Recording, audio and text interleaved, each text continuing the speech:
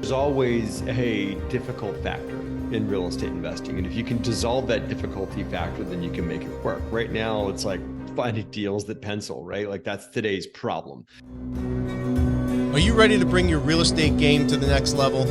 My name is James Prendamano. I'm the CEO and founder of Prereal. And over the past 25 years, I've closed over $1 billion in transactional real estate.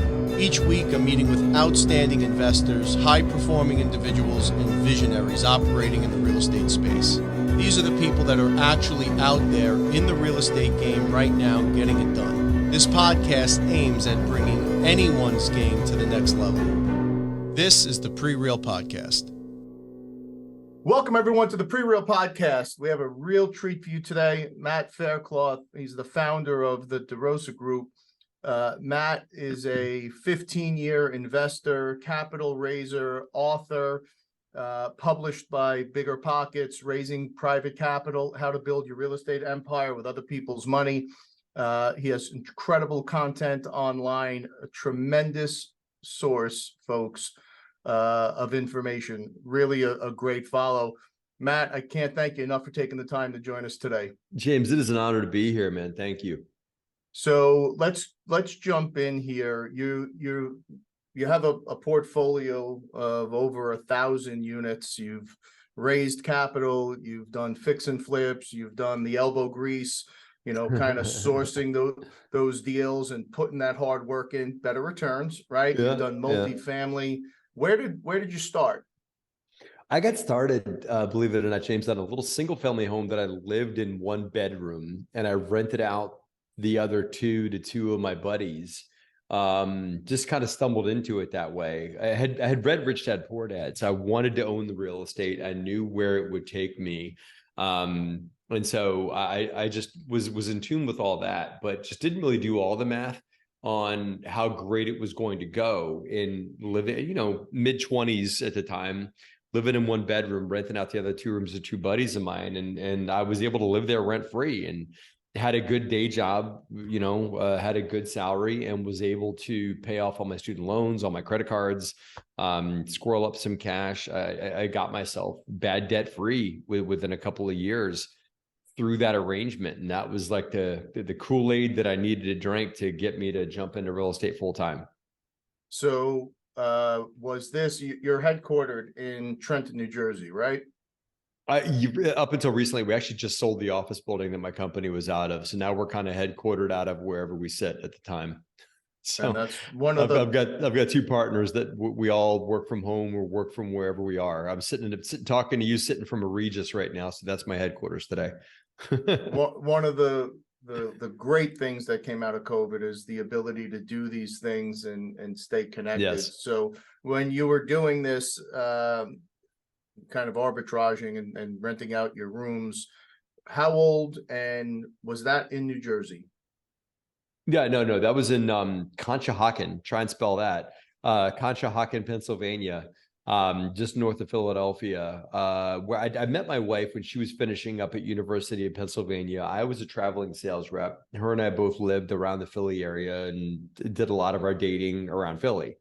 And then when we got married, we needed to move to New Jersey for her job. I was quitting my job with the company I was with, and wanted to move. We had to move to New Jersey for her employer had a residency requirement. And so we moved there, and I believed in like the acres of diamonds concept, meaning like I don't need to invest in Albuquerque or whatever because I live in New Jersey. So let's find a place to invest right here. And so we had some investments in Philly, and we kept growing in the next town over from where we lived. And the next town over was Trenton. And so we started doing landlording work in Trenton, New Jersey, and became fairly proficient Trenton landlords over a long period of time. Did a lot of fix and flips, did a lot of rehabs, bought an office building that I said we just recently sold there, and grew our business in Trenton, New Jersey for many years. So was there a mentor, a moment? I mean, to even what at this stage of your career, thinking about renting out rooms, of course, that's a natural thing to do, but most of us never think of real estate that way, right? Yeah. What were the driving pieces for you to say, wait, I can start to monetize this thing, not just look at it as a place to live in and then go on that journey? What were the influences for you? James, I'd love to tell you that I had this whole business plan all written out and everything like that, but I kind of stumbled into it, man, at the end of the day. Like I knew that I was a traveling sales rep, and I was selling industrial machines, like these really, really loud, really, really, obnoxious machines that are used in manufacturing. And so I sold them. I sold a ton of them to Minute Maid Orange Juice up in New Jersey. And I had this big commission check just sitting in my safe. I didn't know what to do with it. It was so much money at the time. It was a lot of money, right? To a 20 something, it's a lot of money. And I didn't know what to do with it. And so I was like, well, I gotta set that somewhere. So my landlord was ending my lease. I was like, well, I gotta go somewhere. And it was me and my two knucklehead friends that were all renting this little house that was all leased. And the real estate broker that was selling the house, he was actually ending our lease contract so that he could put the house up for sale for the owner. So the real estate broker was like, hey, I need to get in here, do some showings, get do this, get do that. And I was like, well, I want to buy a house too. I don't want to buy this house because this house is kind of a beat up rental property, but I want to buy a nice house that has, for a 25-year-old, you aspire to live in a place one day that has central air conditioning, or that has a washer dryer in the house. I don't have to go to a laundromat, So I wanted some amenities like that. And so that real estate agent that was selling the rental property I lived in was kind enough to take me around town and show me a few other houses for sale that had a few of the bolt-on amenities I wanted. And so I said, okay, great. And my other two knucklehead buddies living with me were like, well, where are we going to go? I'm like, you're going to come with me, because Robert Kiyosaki told me if I'm a landlord, I can make money. And so they came along with me, and each of these guys started paying me $500 a month in this new house. But the thing was, my mortgage was $940. And so I was living there for free and making $60 a month cash flow. Right. And I kind of stumbled into it, but it was only through like the core principles of, Rich Dad Poor Dad taught me about, like, okay, I need to own assets, which I was able to look at the house as an asset. Because he also said in Rich Dad Poor Dad, your house is not an asset. The home that we live in, most of the talking heads, of the world, what's the big one that everybody talks about? The Dave Ramsey, your house is, pay your house off, whatever. Well, Kiyosaki gave me another way to look at it, that your house is not an asset. It's actually an expense. But by leasing it out, it made me realize that I was creating an asset for myself and a revenue stream, and something that eliminated a big expense line I had for myself, and most Americans have, is their living expense. I was able to make that zero, that enabled me to quit my job, because now I'm living. I don't have any overhead for my homestead for where I live. That's zero. So now I can, my overhead's not a lot less than it would have been had I had a mortgage to pay on my own without roommates. It's amazing how many successful entrepreneurs and investors I speak to that reference Kiyosaki's book. Oh boy. It is, folks, if you do nothing else, pick up Rich Dad Poor Dad. Like, you've heard this, I'm sure, 1,000 times, but it is that impactful of a book. It really is transformative. Yeah, it's caused a lot of people to quit their jobs, or a lot of people to get into our world of real estate investing, or a lot of people to get into everything from real estate investing to Amway. It's caused people to get into other alternative ways to make money. Yeah, no doubt. So you jump in, you see the opportunity, and you're kind of doing what most of us entrepreneurs do. And back then we didn't have the resources that we have today, right? So it's kind of trial by fire. And I would assume that you're brushing up against the same challenges that most of us face: scale, access to capital. I assume that was your reality. And if so, is that where the raising capital piece came, or was that much further down the road for you? I think that this has been my life. It's been perhaps a bit of a charmed life, but a bit of a kind of walking and putting one foot in front of the other. And when something works, saying, "Oh, hey, that worked. I should do that again," kind of thing, right? And so what had happened with the capital was we did a bunch of deals with our own money, and we were also lucky enough to be doing this thing, James, in 2005 when the market was blowing up through 2008. So we refinanced our way up. I had one property. It was a duplex in Philly that I owned that I refied every year and pulled out 30K every time I refied it, and then sold it and made money again. But that you could do that in the run up, right? We also had a few immediate family members join us, like literally my parents and her and my wife's parents join us with what money that they had. We put their money to work in our business as well. So we were able to grow with that. The aha moment, the stumble into a thing, or like I said, walk into something that worked and let's do that again, happened when my wife was getting reconnected to somebody she went to school with. And she was just telling them about what we were up to with real estate investing. And my wife also had a full-time day job because we needed the revenue from her day job to pay our bills and to keep our trains running on time. Fine. So she was getting reconnected to this friend of hers and said, I got this full-time day job, but my husband's building this real estate investing business, and this person who's now graduated from the college my wife went to and is now a stockbroker in Manhattan, putting in 80 hours a week, right? Making a lot of money, but putting in 8 hours a week, says the magic words. He says, real estate investing, that's interesting. I wish I could do that too, but I just don't have the time. And my wife hears something that's an opportunity, and she says, you should talk to my husband. And so me and my wife hopped on a train, and of course, where do all stockbrokers live? He lives up in Manhattan. So me and my wife jumped on a train that next weekend and went up to go meet this guy at a little coffee shop in Manhattan.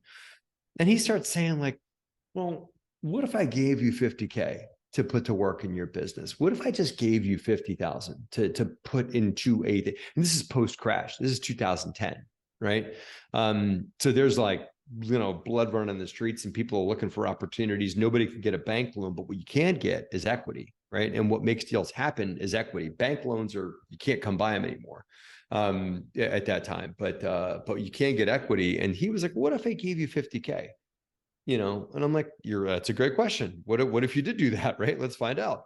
So I went out and found a couple of little single family home deals.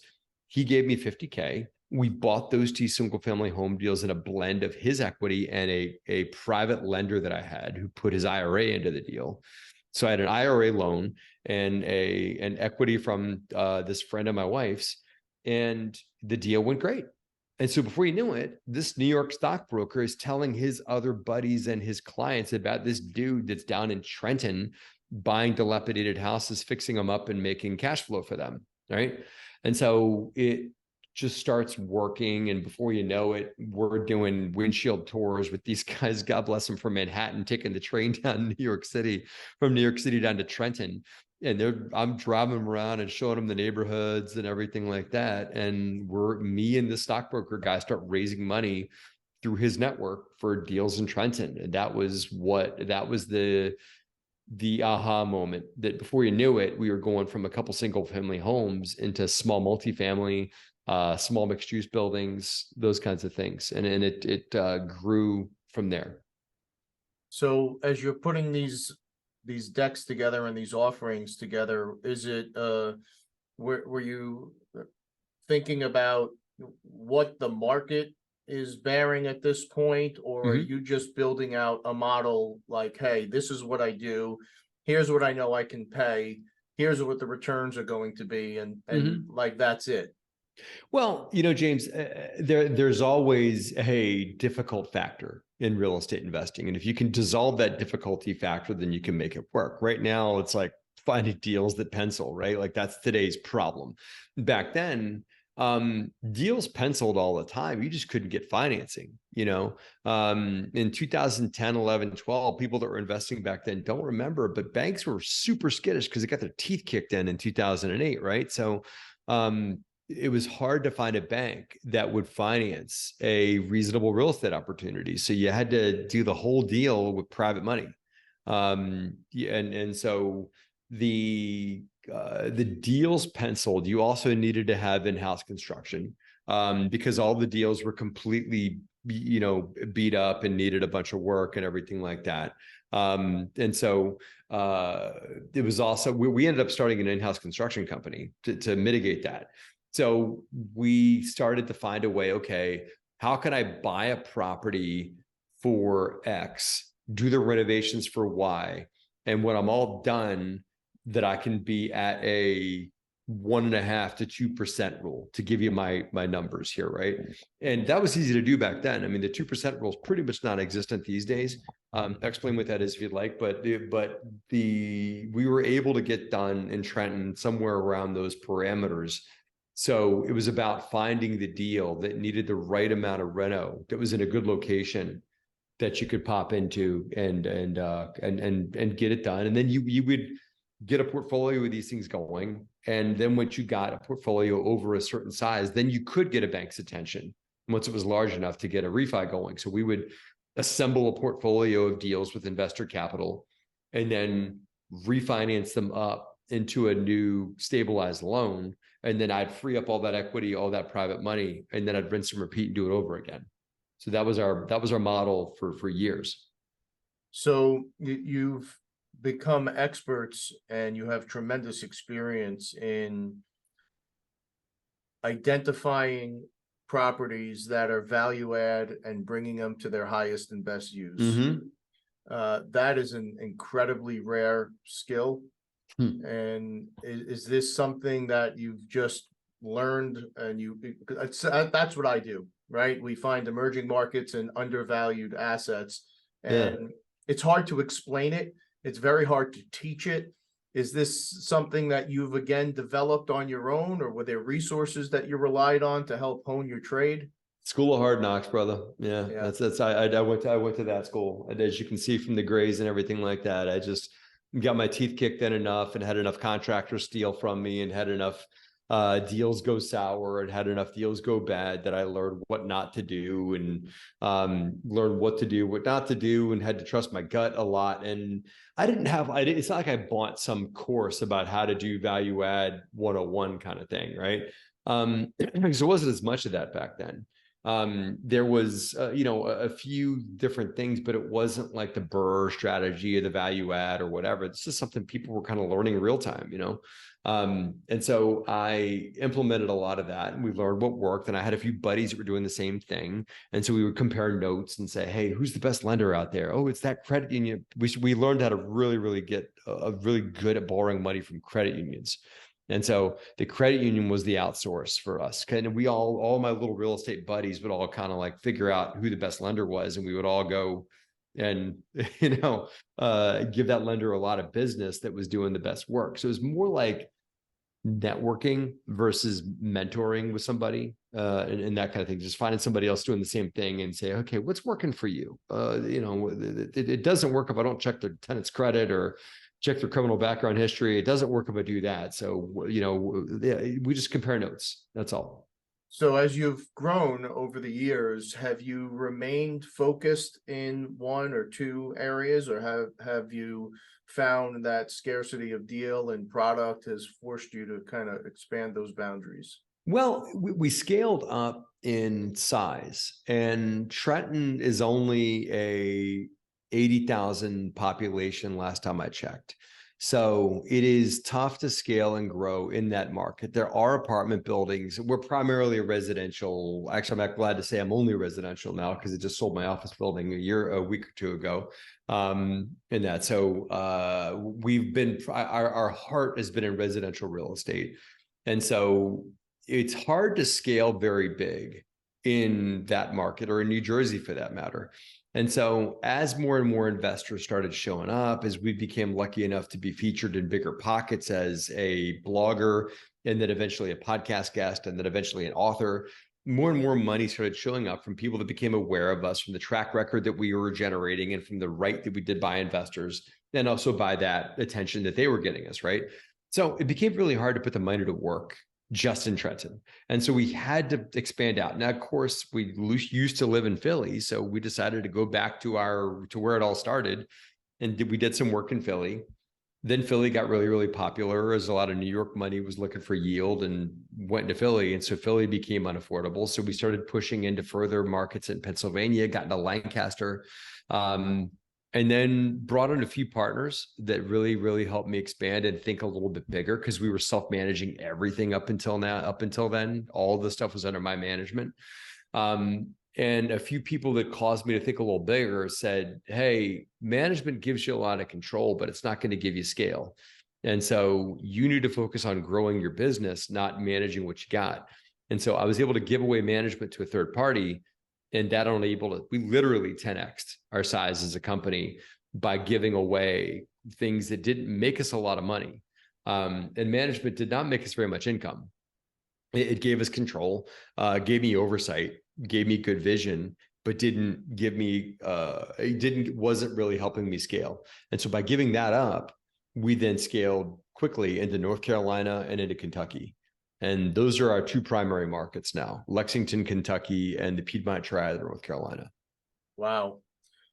It's amazing that you can be in this game and be a 7-day-a-week person and really working your portfolio and get lost in it a little bit and miss things like, hey, management gives you a good feel because you're so connected to your assets, right? But it is really hard to scale, and it really does take up a tremendous amount of time. And we've made so many mistakes like that, where we were doing things just because it's what we did. And you don't even realize that if you just step back a little bit and you selectively decide where you're going to put your intention, you could have explosive results. Well, let's expand on that for a second, James. I think that the epiphanies in my business happened, and I'm sure in yours too, happened when I stopped doing one thing and started doing something else. The real growth. Like, you can have like organic growth, like 5-10% growth and that kind of thing by doing the same thing, just doing a little bit better, or by just pushing a little bit harder and doing one thing a little bit differently, right?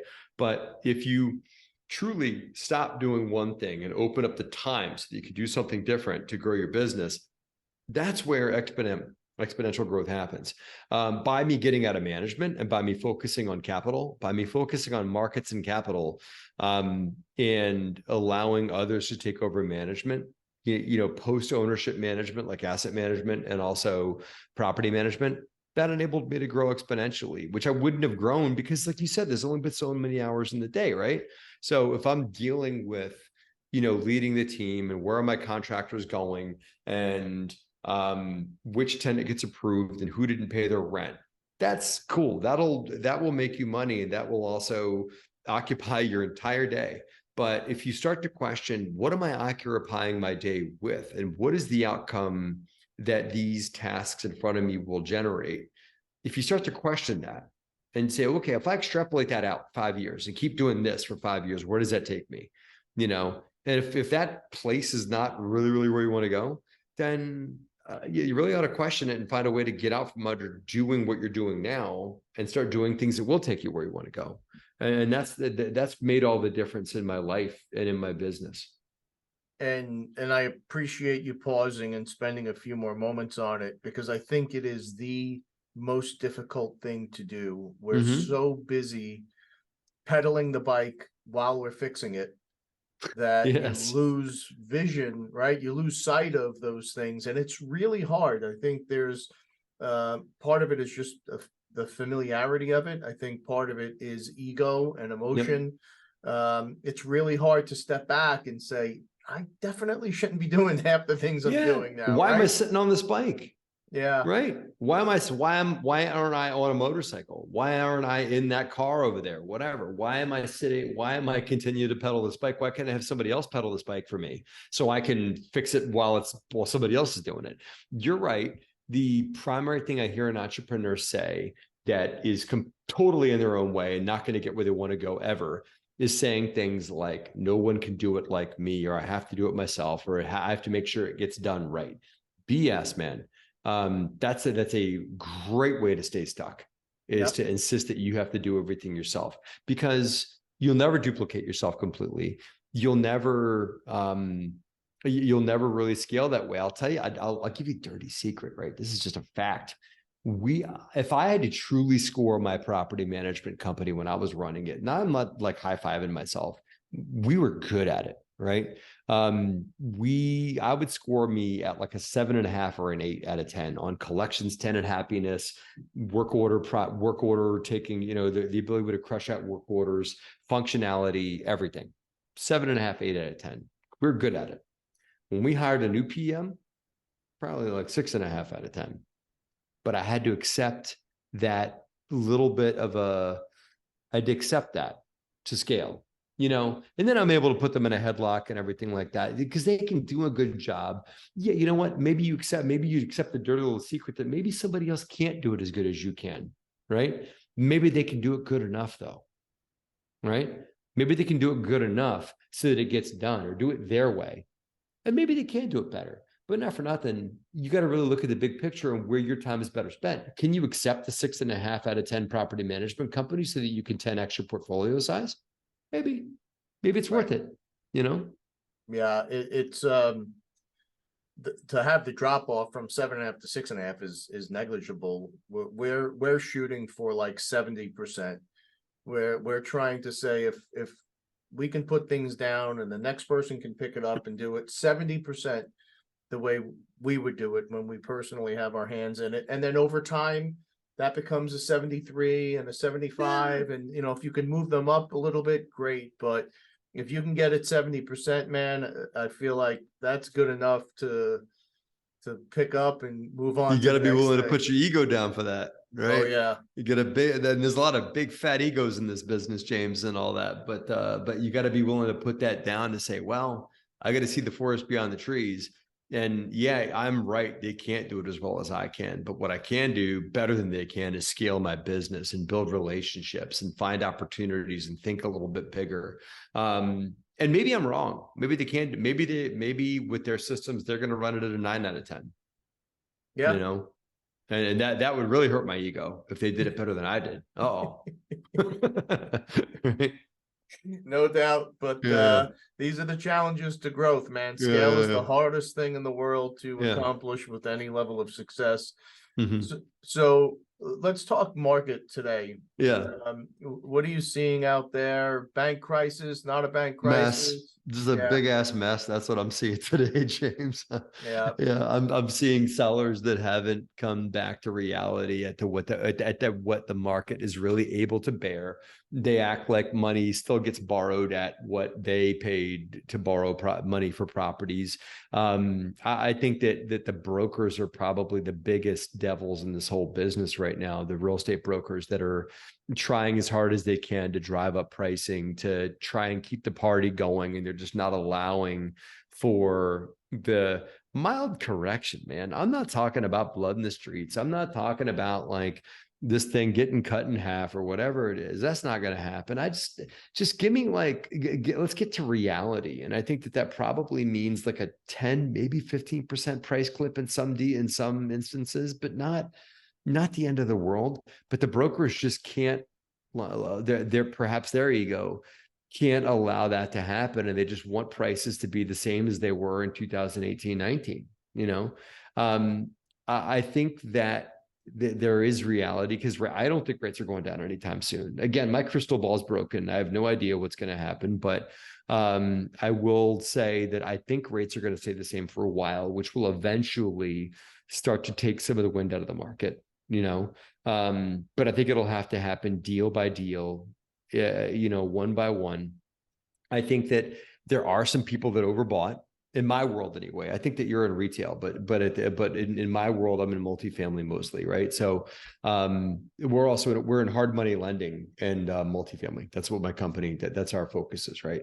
So at the end of the day, I'm seeing probably more opportunity come in as people maybe get to a point where they need to sell, And I don't wish ill will on anybody, but maybe if they overpaid a little bit and they went undercapitalized, maybe it's better to just hit Control Alt Delete and reboot, and try again another day and just let that property go, or, just sell it for what they can get for it and move on. Right. We are seeing a lot of that, like underneath the sheets though. And I think it'll become more prevalent, but I don't think it's going to drag the market down. That's my prediction, if you will, and that's also what I'm just seeing. So for the last few years, we saw a lot of pro formas that scared the heck out of us. We saw a lot of, banking on a 30% pickup in rents from loss to lease items. And, someone entering a new market where they've never managed before in an inflationary period, chopping expenses by 20%. And tinkering with things and driving another 5 or 10% in NOI. That's all I got to do, right? Yeah, right. And like if those things didn't happen, which they weren't going to, right? You can't tell me you're going to cut expenses in a market you have no experience in, while inflation is, I don't care what they reported, it was at 11, 12, 13% for a while there. These things are just not possible. So a lot of those deals took short-term money. Like for us, it's always get to the other side of the rainbow. You must have that debt to get you to that next turn in the market. And we're starting to see this get reported now, where there was a story in Real Deal a week or two ago. The first quarter of this massive amount of debt is coming due, and these small to mid-cap banks, deposits have dropped, right? COVID money is burned off. People are not earning like they used to. Savings are being eaten up. Big banks are sucking deposits out into their institutions through incentives.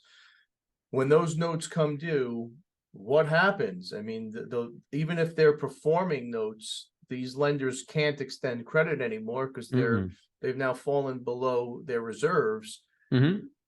Does it get to that point where we're seeing note sales at 30, 40 cents on the dollar again, and we get to that level, or do you think it doesn't get that bad?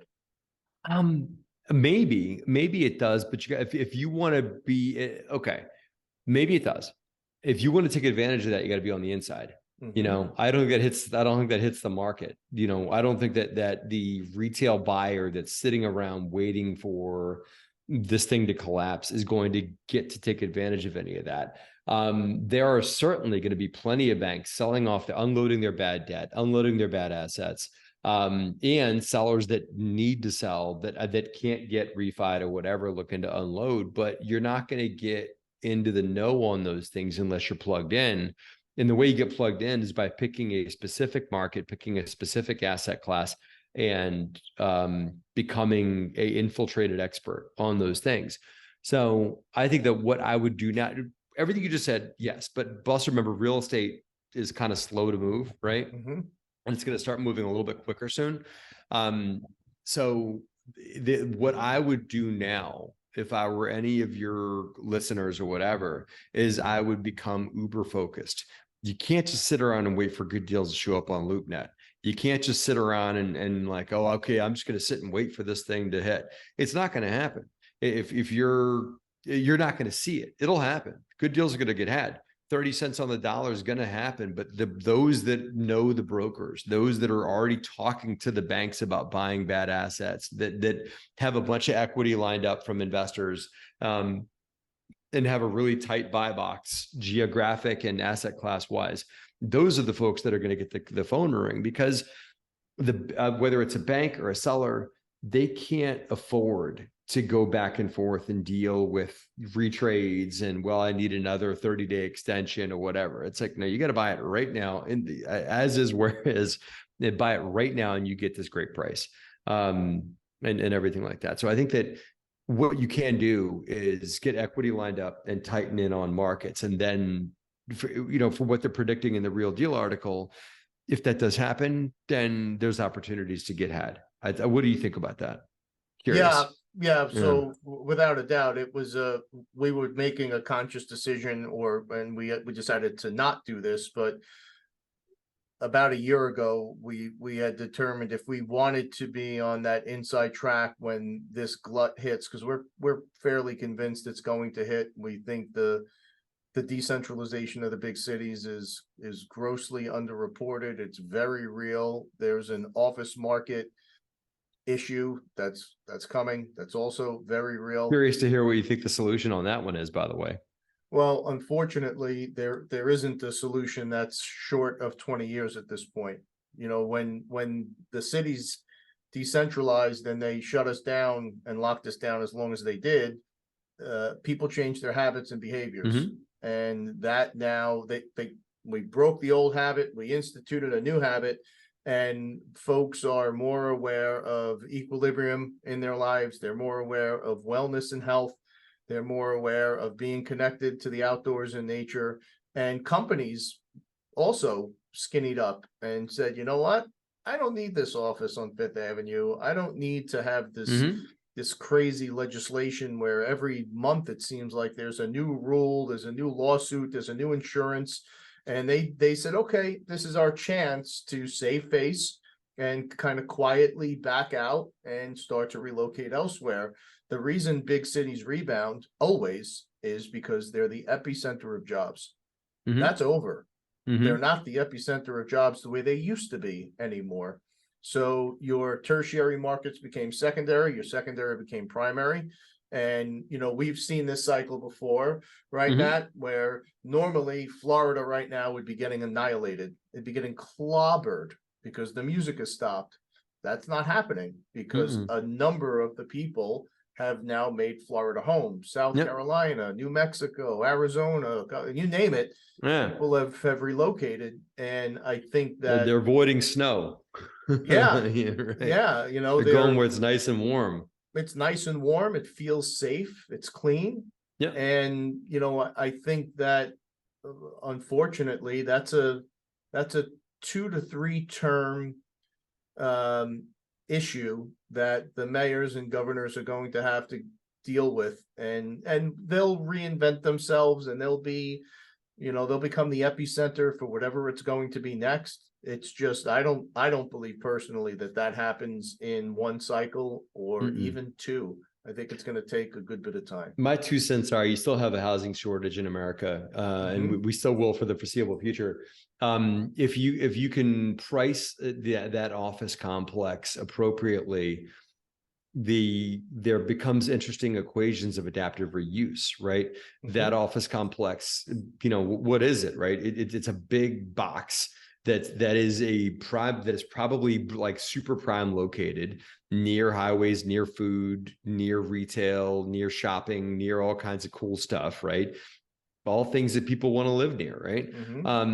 It's also got good bones. Typically, a lot of times they're made from steel or poured in place concrete, right? So they're built like a big bomb house, right? But with some adaptive reuse, and likely enough, even James, people don't think about this, but you need more plumbing in an office building because office buildings aren't designed for people to take things like showers and kitchens and that kind of stuff. But if you implement the plumbing to house those things, you got more electricity you know what to do with in an office building, right? Office buildings actually use more electricity than a house does, than a residential home. So if you convert the heating systems over to electric, if you run all the physical plant off of as much electricity as you can and integrate new plumbing solutions, then you probably got a really cool thing that with enough the right building with enough windows and enough egress could become a really cool residential structure. And so I think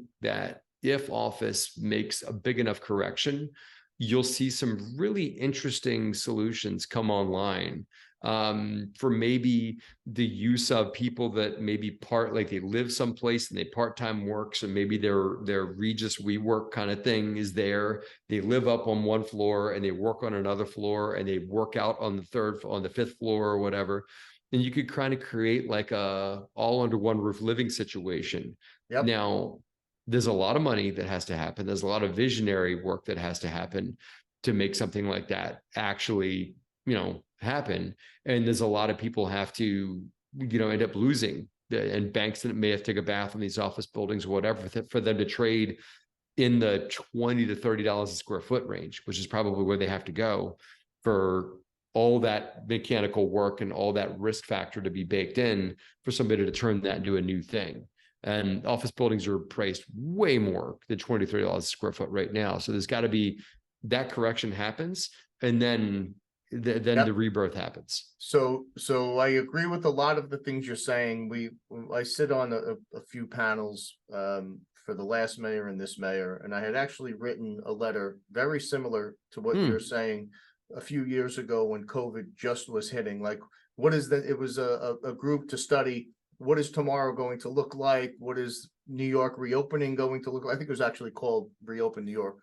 Anyway, what I've seen change though is the delta between where those office buildings refinanced in the upswing and where they need to be is so massive that maybe it's federal money that comes in and helps to reposition these things, right? Yep.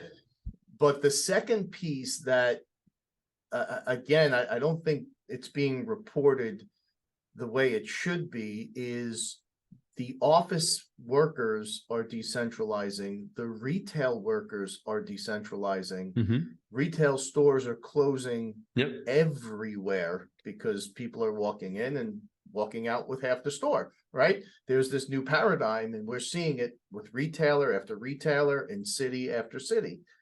The people that are going to occupy these new buildings, and we're talking about a lot of buildings in a city like New York, they need a place to work, right? So we've got to find a way to stem the tide and keep those retailers and bring these office tenants back and keep industry going. Otherwise, they still have to pay rent and they still have to go to work. So that's our perception on it, at least, is we think that if we're not careful, this can be a real mess.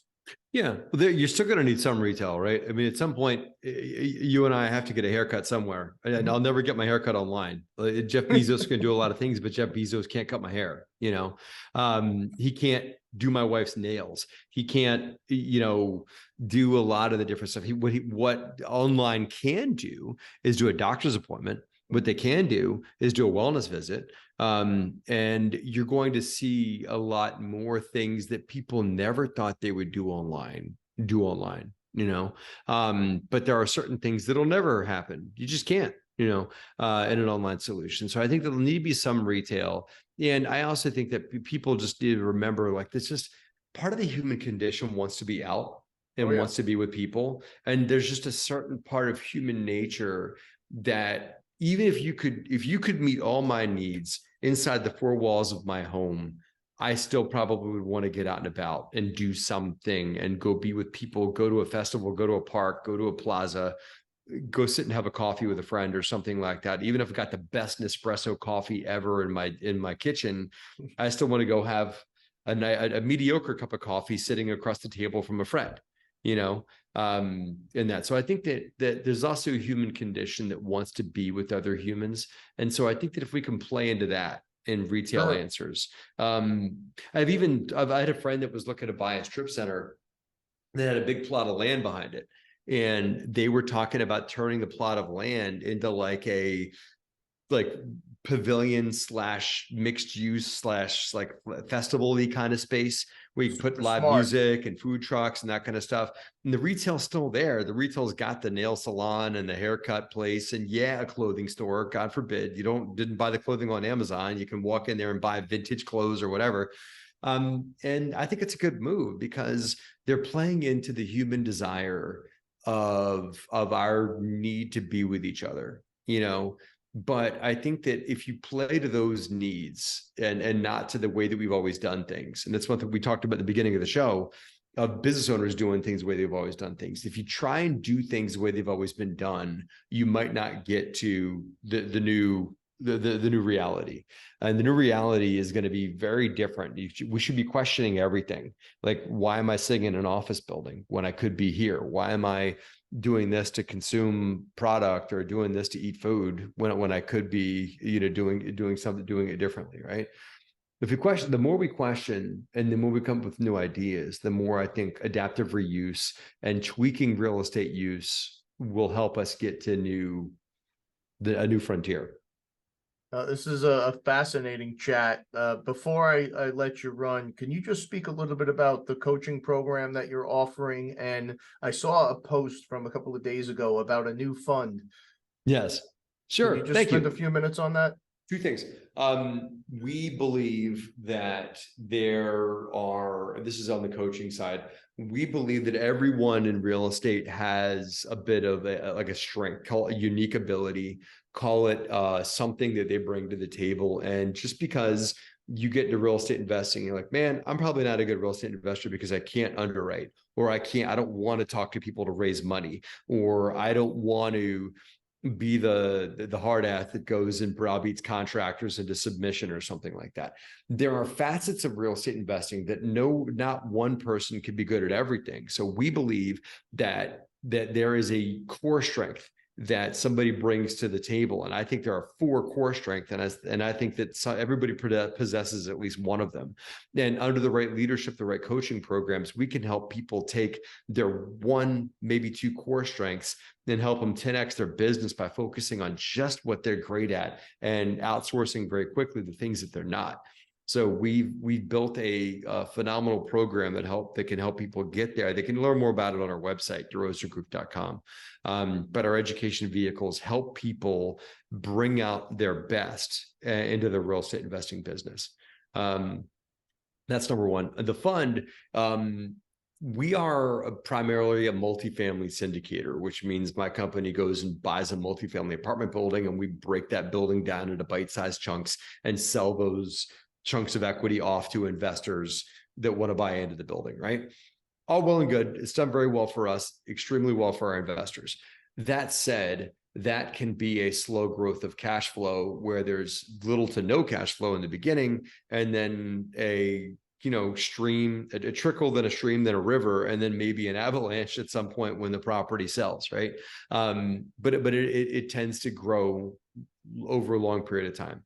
I believe that there should be other vehicles that, and other things like, you can't compound your returns in multifamily syndications. So if I send you a check, you can't invest it back in automatically. So I believe that multifamily syndications have gaps in what they can offer just due to structure, right? So we built this new thing called DeRosa Income Fund, that answers the question of, well, like, what if I don't need the distributions? What if I want to recycle it in? What if I want to get my money back? What if I want something liquid? Well, you can't liquidate a multifamily apartment building, but a fund you can. So DeRosa Income Fund is liquid. It is something that compounds returns. And it also plays into something that I think we're going to need more of in America. And you and I have talked about, it's like the underlying theme, but we talked about all of this thing here is dollars to transform things from one condition that they're in into something else. Call it bridge debt, call it, short-term loans, right? Mm-hmm. So DeRosa Income Fund is a provider of short-term bridge loans to take things from A and convert them into B. That's what DeRosa Income Fund is and does. It's been very successful. We've got millions at work already. And it is an open fund, so people can get in when they do. They can learn about that at DeRosaGroup.com as well. Really appreciate it. And again, born out of questioning everything and thinking about better ways to deploy capital, and just because one vehicle says this is the way it has to be done, why the hell not put together a vehicle that allows you to compound and is liquid and does these other things? I think it's brilliant, man. I love it. Thanks, brother. You are really just, it's a pleasure to chat with you. You've done amazing things. I was really looking forward to this one. Congrats on all the success and best of luck into the future. Thank you, James. It's been a pleasure to be here today. As always, folks, please stay safe.